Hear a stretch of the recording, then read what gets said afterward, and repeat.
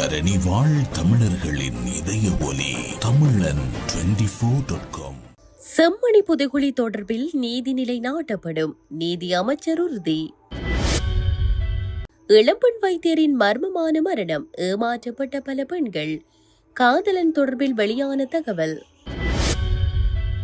Arjuna MP மீது நிகழ்நிலை காப்பு சட்டத்தின் கீழ் தொடரப்பட்ட வழக்கு, பிறப்பிக்கப்பட்ட உத்தரவு. செம்மணி அகழ்வு பணி, மேலும் 3 எலும்புக்கூடுகள் மீட்பு, 7 புதிதாக அடையாளம். யாழில் நேர்ந்த சோகம், சாரதி பயிற்சிக்கு சென்ற 22 வயது இளைஞன் விபத்தில் பலி. வெளியான சாதாரண தர பரீட்சையின் பெறுபேறுகள்.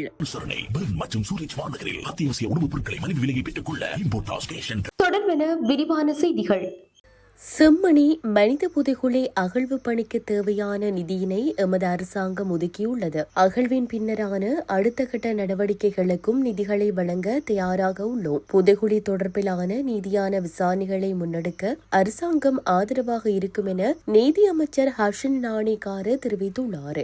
செம்மணி மனித புதைகுழி பகுதியை நேற்றைய தினம் வெள்ளிக்கிழமை பார்வையிட்ட பின்னர் ஊடகங்களுக்கு கருத்து தெரிவிக்கும் போதே அவர் இவ்வாறு குறிப்பிட்டார். மேலும் தெரிவித்த அவர், செம்மணி புதைகுழி தொடர்பில் நீதி நிலைநாட்டப்படும், அதற்கு உரிய சகல நடவடிக்கைகளையும் நீதி அமைச்சர் செய்யும். கடந்த கால அரசாங்கம் தமிழ் மக்களை ஏமாற்றியது போன்று எங்களுடைய அரசாங்கமும் தமிழ் மக்களை ஏமாற்ற மாட்டாது. எங்கள் அரசாங்கத்தை தமிழ் மக்கள் முழுமையாக நம்பலாம். வடக்கு தெற்கு என்ற பாகுபாடின்றி குற்றம் செய்த அனைவருக்கும் தண்டனை வழங்கப்படும். அதற்காக விசாரணைகளின்றி எவரையும் கைது செய்து சிறையில் அடைக்க முடியாது. ராணுவத்தினர் படுகொலைகளில் ஈடுபட்டிருந்தால் அதற்கான ஆதாரங்களை முன்வைத்தால் நிச்சயமாக நாம் ராணுவத்தினருக்கு எதிராகவும் நடவடிக்கைகளை எடுப்போம் எனவும் தெரிவித்துள்ளார். கண்டி தெல்தெனிய பகுதியில் காரொன்றுக்குள் மர்மமான முறையில் உயிரிழந்த நிலையில் சடலமாக மீட்கப்பட்ட இளம்பெண் வைத்தியரின் காதலன் தொடர்பில் போலீசார் பல தகவல்களை வெளியிட்டுள்ளனர். அம்பாறை வைத்தியசாலையில் பணியாற்றிய வைத்தியரான 33 வயதான சம்யா தர்ஷினி என்ற பெண் 17ஆம் திகதி காரொன்றுக்குள் இருந்து சடலமாக மீட்கப்பட்டிருந்தார். ஜூன் 3ஆம் திகதி முதல் ஜூன் 16ஆம் திகதி வரை நுவரெலியா பகுதியில் உள்ள ஹோட்டல் ஒன்றில் குறித்த பெண் தனது காதலன் என அறியப்படும் நபருடன் தங்கியிருந்ததாக போலீசார் கண்டறிந்துள்ளனர். ஹோட்டல் அறையின் சிசிடிவி காட்சிகளை ஆய்வு செய்த போது 16ஆம் திகதி இரவு சுமார் 9:50 மணியளவில் அந்த பெண்ணின் காதலன் வருகை தந்து சுமார் 40 நிமிடங்கள் தங்கியிருந்த பின்னர் இரவு சுமார் 10:30 மணியளவில் மயக்க நிலையில் இருந்த அந்த பெண்ணை காரில் ஏற்றி அழைத்து சென்றுள்ளமை கண்டறியப்பட்டுள்ளது. இதன் பின்னர் சந்தேக நபரான காதலன் சடலம் தொடர்பில் போலீசாருக்கு அழைப்பினை ஏற்படுத்தி தகவல் வழங்கியதாக சந்தேகிக்கப்படுகின்றது. இந்நிலையில் தெல்தெனியா போலீஸ் அதிகாரிகள் குழு சம்பவ இடத்திற்கு சென்று ஆய்வுகளை செய்தபோது காரின் முன்னிருக்கையில் கருப்பு துணியினால் மூடப்பட்ட நிலையில் சடலம் இருப்பதை கண்டறிந்துள்ளனர். சந்தேக நபரான அவரது காதலன் தற்போது அப்பகுதியில் இருந்து தலைமறைவாகியுள்ளதுடன் அவர் திருமணமானவர் என்பதும் தெரியவந்துள்ளது. சந்தேக நபர் கணனி மென்பொருள் பொறியியலாளர் என்று செய்திகள் வெளியாகி வரும் நிலையில் அதில் உண்மை இல்லை என போலீசார் தெரிவித்துள்ளனர். குறித்த விசாரணையில் முதலில் அவர் கண்ணுருவ பகுதியை சேர்ந்த 38 வயது நபர் என தெரியவந்த நிலையில் அவரது உண்மையான வசிப்பிடம் குருநாகல் நாரமல பகுதியில் என சிரேஷ்ட விசாரணை அதிகாரி ஒருவர் தெரிவித்துள்ளார். சந்தேக நபர் இளம்பெண்களுடன் தொடர்பிலிருந்து அவர்களிடமிருந்து பணத்தை மோசடி செய்துள்ளமையும் கண்டறியப்பட்டுள்ளது. இது தொடர்பாக நாடு முழுவதும் உள்ள நீதிமன்றங்கள், குற்றப்புலனாய்வு திணைக்களம் மற்றும் பல்வேறு போலீஸ் நிலையங்களிலும் முறைப்பாடுகள் வழக்குகளும் நிலுவையில் உள்ளதாக தெரிவிக்கப்படுகிறது. வழக்கத்தலை காரணமாக போலி முடி அணிந்து பெண்களை ஏமாற்றி வந்துள்ளார் என்பது தெரியவந்துள்ளது. சந்தேக நபர் பெண்ணின் உடலை கொண்டு செல்ல பயன்படுத்திய கார் அம்பாறை பகுதியில் சந்தேக நபருடன் உறவில் இருந்த ஒரு பெண்ணுக்கு சொந்தமானது என்பதும் தெரியவந்துள்ளது. சந்தேக நபரை கைது செய்வதற்காக மத்திய மாகாணத்திற்கு பொறுப்பான சிரேஷ்ட பிரதி போலீஸ்மா தலைவர் மற்றும் பிரதி போலீஸ்மா தலைவர் ஆகியோரின் தலைமையில் பல போலீஸ் குழுக்கள் ஈடுபடுத்தப்பட்டுள்ளன. இதற்கிடையில் உயிரிழந்த பெண்ணிற்கு பிரேத பரிசோதனையை நேற்று தெல்தெனிய வைத்தியசாலையில் சிறப்பு தடயவியல் வைத்திய அதிகாரியின் மேற்பார்வையில் நடாத்தப்பட்டுள்ளது. இதன்போது ஒரு முடிவு எட்டப்படாத நிலையில் அவரது உடல் பாகங்கள் மேலதிக பரிசோதனைகளுக்காக அரசாங்க பகுப்பாய்வுக்கு அனுப்பப்பட்டுள்ளதுடன் சடலம் தற்போது அவரின் உறவினர்களிடம் ஒப்படைக்கப்பட்டுள்ளதாக போலீசார் தெரிவித்துள்ளனர். இது கொலையா அல்லது வேறு ஏதேனும் காரணத்தால் ஏற்பட்ட மரணமா என்பது இன்னும் உறுதிப்படுத்தப்படவில்லை என்றும் மேலதிக விசாரணைகள் இடம்பெறுவதாகவும் கூறப்படுகிறது. வெலிகம பகுதியை சேர்ந்த இறந்த பெண்ணின் இறுதி சடங்குகள் நேற்று நடைபெற்றுள்ளன. நாடாளுமன்ற உறுப்பினர் அர்ச்சுனா ராமநாதன் மற்றும் மருத்துவர் ஜெயக்குமார் உள்ளிட்டோருக்கு எதிராக தெல்லிப்பளை புற்றுநோய் பிரிவு மருத்துவர் நிகழ்நிலை காப்பு சட்டத்தின் கீழ் தாக்கல் செய்த வழக்கில் தீர்ப்பு வழங்கப்பட்டுள்ளது. குறித்த தீர்ப்பு நேற்று யாழ்ப்பாண மேலதிக நீதவான் நீதிமன்றில் வழங்கப்பட்டுள்ளது. தன்னை தொந்தரவு செய்யும் வகையில் சமூக வலைதளங்கள் வாயிலாக அவதூறுகளை மேற்கொள்கின்றனர் என்ற குற்றச்சாட்டின் பேரில் அர்ச்சுனா ராமநாதன் மற்றும் மருத்துவர் ஜெயக்குமார் ஆகியோருக்கு எதிராக தெல்லிப்பளை புற்றுநோய் பிரிவு மருத்துவர் நீதிமன்றத்தில் வழக்கு தொடர்ந்திருந்தார். இந்த வழக்கு தீர்ப்பு கட்டளைக்காக நேற்று யாழ்ப்பாணம் மேலதிக நீதவான் நீதிமன்றில் நீதவான் நஷ்மி ஹுசைன் தலைமையில் நடக்கப்பட்டது.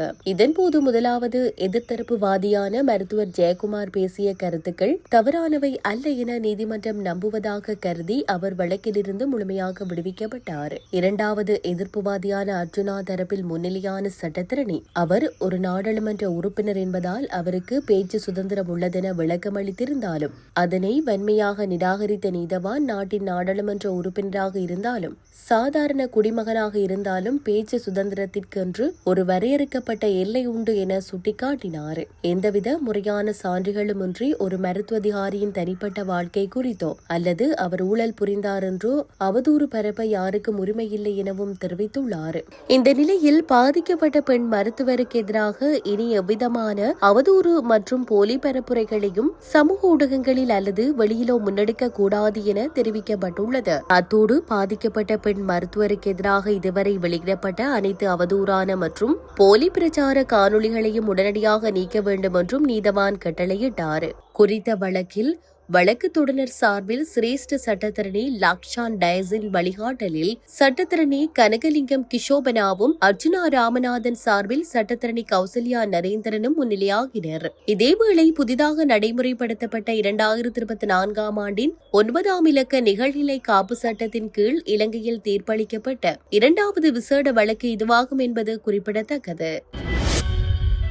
செம்மணி மனித புதைகுழியில் இருந்து நேற்றைய தினமும் 3 எலும்புக்கூடுகள் அகழ்ந்தெடுக்கப்பட்டுள்ளன. அத்தோடு புதிதாக 7 எலும்புக்கூடுகள் அடையாளம் காணப்பட்டுள்ளன. செம்மணி புதைகுழியின் 3ஆம் கட்ட அகழ்வு பணியின் 29ஆம் நாள் அகழ்வு பணிகள் நேற்றைய தினம் நடைபெற்றன.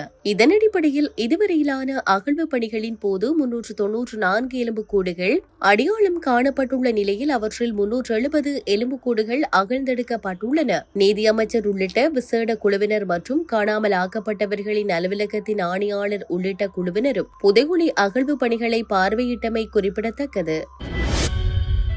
யாழ்ப்பாணம் பண்ணை பகுதியில் நேற்று இடம்பெற்ற வீதி விபத்தில் 22 வயதுடைய இளைஞர் ஒருவர் உயிரிழந்துள்ளார். சாரதி அனுமதி பத்திரம் பெறுவதற்கான பயிற்சிக்காக சென்றிருந்த குறித்த இளைஞர் பயிற்சி நிறைவடைந்த பின்னர் வாகனத்தில் இருந்து இறங்கி வீதியை கடக்க முற்பட்ட போது இந்த விபத்து இடம்பெற்றுள்ளதாக தெரிவிக்கப்பட்டுள்ளது. அச்சுவேலி பாரதி வீதி பகுதியைச் சேர்ந்த சனுஜன் என அடையாளம் காணப்பட்ட இளைஞர் மீது எதிர் திசையில் வேகமாக பயணித்த மீனேற்றி சென்ற வாகனம் மோதியதாக தெரிவிக்கப்படுகிறது. விபத்தில் படுகாயமடைந்த இளைஞர் சம்பவ இடத்திலேயே உயிரிழந்துள்ளார். சம்பவம் தொடர்பில் மீனேற்றி சென்ற வாகனத்தின் சாரதி கைது செய்யப்பட்டுள்ளதுடன் மேலதிக விசாரணைகளை போலீசார் முன்னெடுத்து வருகின்றனர்.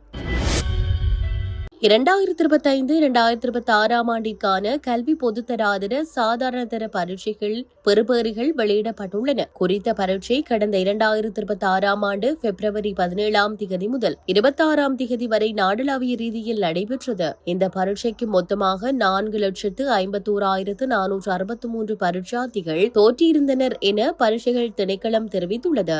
இந்நிலையில் பரீட்சை பெறுபேறுகளை பரீட்சைகள் திணைக்களத்தின் உத்தியோகபூர்வ இணையதளத்தினூடாக பார்வையிட முடியும் என அறிவிக்கப்பட்டுள்ளது. பரீட்சார்த்திகள் தங்களது சுட்டன் மற்றும் தேவையான தகவல்களை பயன்படுத்தி இணையதளத்தின் மூலம் பெறுபேறுகளை அறிந்து கொள்ள முடியும் என்றும் தெரிவிக்கப்பட்டுள்ளது.